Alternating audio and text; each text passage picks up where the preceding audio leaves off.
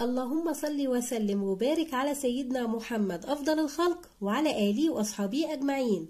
ازيكم عاملين ايه؟ يا رب تكونوا بألف خير. النهاردة جاية لكم بفيديو سهل وبسيط.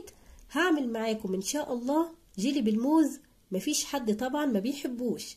هقولك على الطريقة الصحيحة لعمل الجيلي، بس ما تنسيش تحط لايك للفيديو وتشتركي في القناة وتفعلي زر الجرس علشان يوصلك اشعار بكل فيديو بنزله. وتعالوا نسمي الله ونبتدي على طول.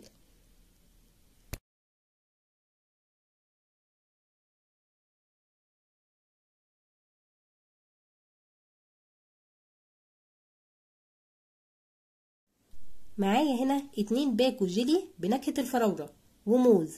استعملي اي جيلي باي نكهة انت بتحبيها. اي باكو جيلي بنشتريه من بره بيبقى مكتوب على العلبة انه بيحتاج كوبايتين من المية، كوباية مية سخنة والتانية مية باردة عادية. معايا 2 باكو جيلي يعني هحتاج 4 كوبايات مية. هدوب الجيلي الاول في كوبايتين من المية السخنة. لو عايزة تضيفي هنا معلقة كبيرة من السكر براحتك، بس الجيلي عبارة عن سكر وجيلاتين ولون فمش محتاج له سكر، وانا بكتفي بالسكر اللي موجود فيه. بعد ما دوبت الجيلي في كوبايتين المية السخنة هضيف كوبايتين من المية الباردة وهقلبهم كويس.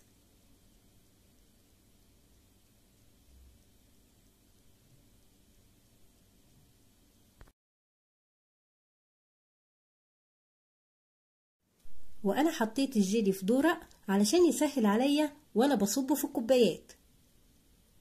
هقطع الموز في الكوبايات وهضيف عليه شوية من الجيلي الاول يدوبك يغطي الموز بس،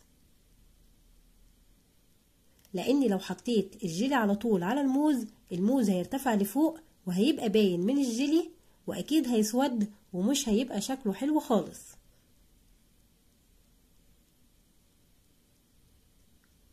فبعمل طبقة من الموز عليها شوية جيلي وهدخله التلاجة يتماسك وبعدين نرجع نكمل مع بعض.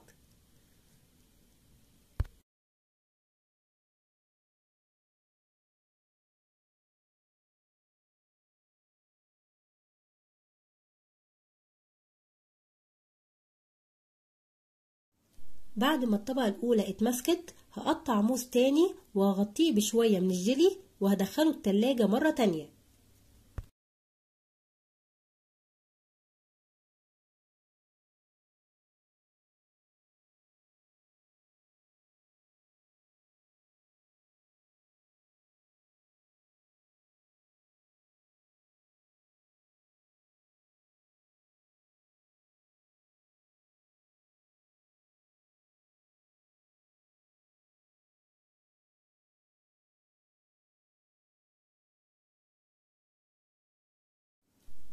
دلوقتي بعد ما الموز اتماسك في الجيلي هكمل الكوبايات بباقي الجيلي وادخله التلاجة لآخر مرة.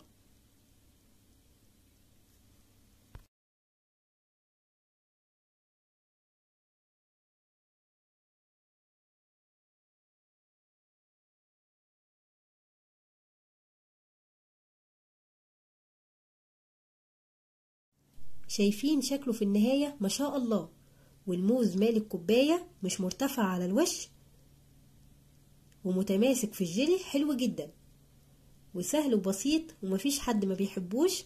اتمنى يكون الفيديو عجبكم واشوفكم على خير في فيديو جديد.